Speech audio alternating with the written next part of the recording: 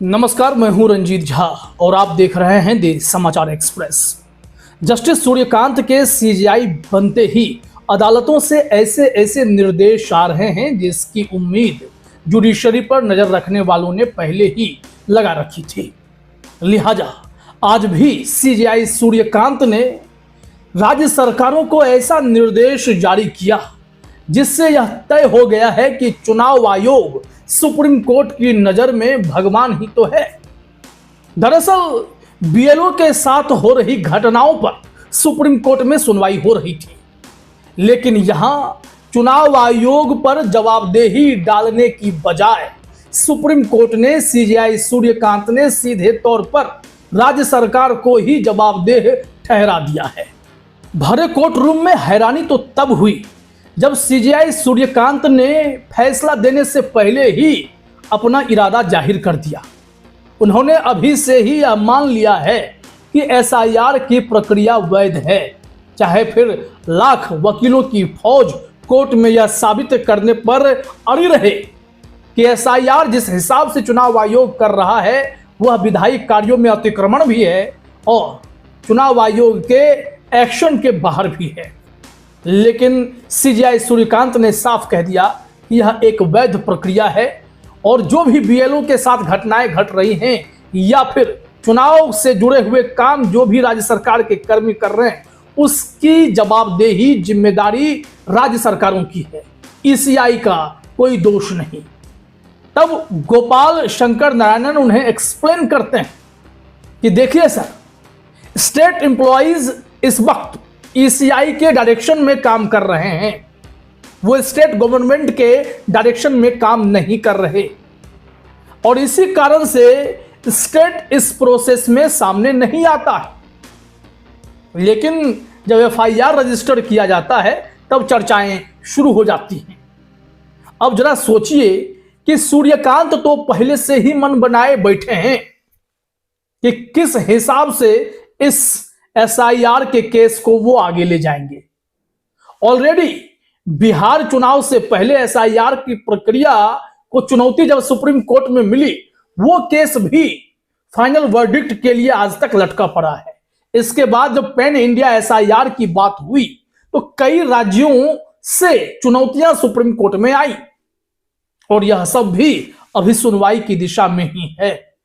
9 दिसंबर को बड़ी सुनवाई होने वाली है, लेकिन निर्णय कब तक होगा? अनुमान है कि सर्दियों की छुट्टी से पहले सीजेआई सूर्यकांत कोई निर्णय दे देंगे, लेकिन टल भी सकता है जब तक कि हर राज्यों में एसआईआर की प्रक्रिया पूरी ना हो जाए। जब एसआईआर का काम कर ही लेना है तो फिर इस केस को इतना लंबा सुन कर भी सीजेआई सूर्यकांत अदालतों का ही समय क्यों जाहिर कर रहे हैं? फिर तो खत्म कर दें, एक ही दिन में कह सकते हैं। उन्होंने तो पहले भी तय कर लिया है एसआईआर एक वैधानिक प्रक्रिया है, वैध है, तो फिर होने दीजिए, फिर बहस की ही क्या जरूरत है? काम खत्म हो जाएगा, उसके बाद देखा जाएगा। आखिर क्यों सीईसी ज्ञानेश कुमार जो टारगेट 30 दिन का सेट कर रहे हैं, क्या वो सेट करना जायज है एसआईआर के लिए? सीईसी ज्ञानेश कुमार जिन राज्यों में चुनाव नहीं भी है, पैन इंडिया एसआईआर कर रहे हैं, वहां यूनिफॉर्म गाइडलाइन क्यों सेट कर रहे हैं? क्यों 30 दिन के भीतर ही उन्हें तमाम इन प्रक्रियाओं को पूरा ही कर लेना है? इस पर सीजेआई सूर्यकांत का एक सवाल क्यों नहीं आ रहा? अब जरा समझिए कि निर्देश क्या है और मसला कैसे तूल पकड़ रहा है। एफआईआर करने का काम कौन कर रहा है? चुनाव आयोग। डर किसकी वजह से लग रहा है? चुनाव आयोग। नौकरी खतरे में पड़ जाएगी या किस कारण से हो रहा है? चुनाव आयोग। लेकिन जवाबदेही राज्य सरकार की होती जा रही है। ताबड़तोड़ एफआईआर भी दर्ज हो रहे हैं और बीएलओ के साथ जो घटनाएं घटी हैं वो तो आप जानते हैं कि बीएलओ का केस इतना बड़ा हो गया देश भर में कि कई डेलीगेशंस चुनाव आयोग से भी मिले, लेकिन चुनाव आयोग की इस पर कोई प्रतिक्रिया तक नहीं आई। कोई एक बार यह नहीं कहा कि भाई यह घटना दुखद है या नहीं होना चाहिए। लेकिन कोर्ट में यहां सीजेआई सूर्यकांत भी ईसीआई के सपोर्ट में खड़े दिखाई पड़ते हैं। सुप्रीम कोर्ट में अभिनेता से नेता बने विजय की पार्टी तमिलगा वेत्री कजगम की ओर से यह याचिका दायर की गई थी। सुप्रीम कोर्ट में सुनवाई चल रही थी। पार्टी ने बीएलओ के तौर पर अपनी ड्यूटी ठीक ढंग से ना निभा पाने वाले लोगों के खिलाफ चुनाव आयोग की ओर से की जा रही कार्रवाई को चुनौती दी थी। पार्टी का कहना था कि इसी काम के बोझ तले दबे बीएलओ के खिलाफ काम न कर पाने की स्थिति में जनप्रतिनिधि कानून की धारा 32 के तहत आपराधिक कार्रवाई की जा रही है और इसी मामले में सुप्रीम कोर्ट ने फाइनली निर्देश जारी किए हैं। निर्देश चुनाव आयोग को नहीं, निर्देश राज्य सरकारों को कि बीएलओ के काम का बोझ कम कर दीजिए। यह कदम अच्छा है, लेकिन मुख्य मुद्दा यह है कि चुनाव आयोग जब परजीवी है, जब राज्यों के स्टाफ से उन्हें काम लेना है, तो फिर उन्हें डराने, दबाव डालने और उनकी नौकरी खतरे में पड़ जाने के इस तरीके की बातें कर उन्हें प्रेशराइज करने का काम क्यों कर रहा है? इसका जवाब क्या होगा? अब देखिए सीजीआई साहब क्या कह रहे हैं कि ईसीआई क्या करेगा, वो कुछ नहीं कर सकता है। राज्य सरकार उन्हें और व्यवस्था दे तो वो ऐसा नहीं करेगा। वो कह रहे हैं कि ठीक है, अगर एम्प्लॉय रिवोल्ट कर देगा और कह देगा कि हम लोग एफआईआर के बारे में नहीं जानते थे। सीजीआई का यह मानना है कि स्टेट एम्प्लॉय हैं, वो सब स्टेट को ही यह सब देखना होगा कि उनके काम का लोड कैसे कम हो, वो कितने स्मूथली काम कर पाए, कब छुट्टी मिले नहीं मिले, उस पर विचार करना होगा। मतलब सारी जवाबदेही राज्य सरकार की उन्होंने घुमाकर डाल दी है।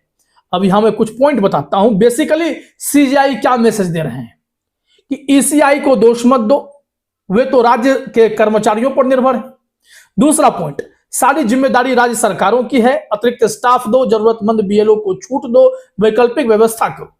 किसी को भी जबरदस्ती 14-14 घंटे काम करवाने या जेल की धमकी देने की इजाजत नहीं है। अगर राज्य सरकारें लापरवाही करेंगी तो कोर्ट सीधे उन पर सख्ती करेगा। मतलब यह क्लियर हो गया कि ईसीआई को इस वक्त वरदान प्राप्त है। और उससे भी बड़ी बात यह है कि सीजीआई सूर्यकांत ने एसआईआर को वैध प्रक्रिया माना है।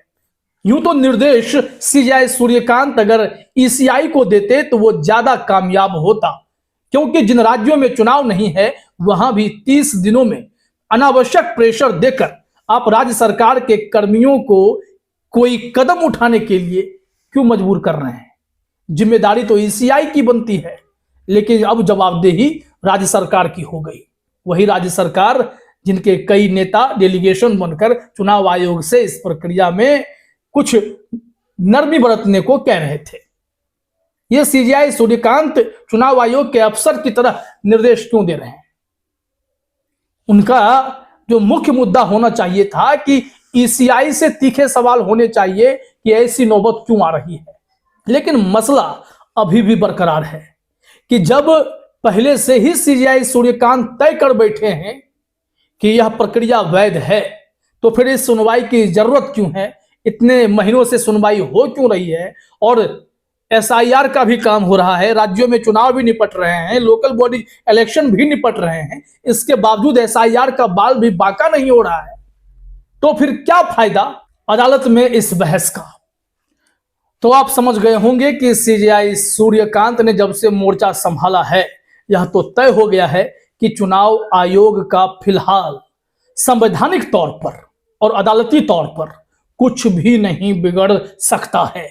अगर मुश्किलें आएंगी भी तो वो राज्य सरकारों को ही आएंगी, और राज्य सरकार अगर बीएलओ के हितैषी भी बन रहे हैं तो उन्हें अब अपने पावर का प्रयोग कर चुनाव आयोग से ही भिड़ना होगा।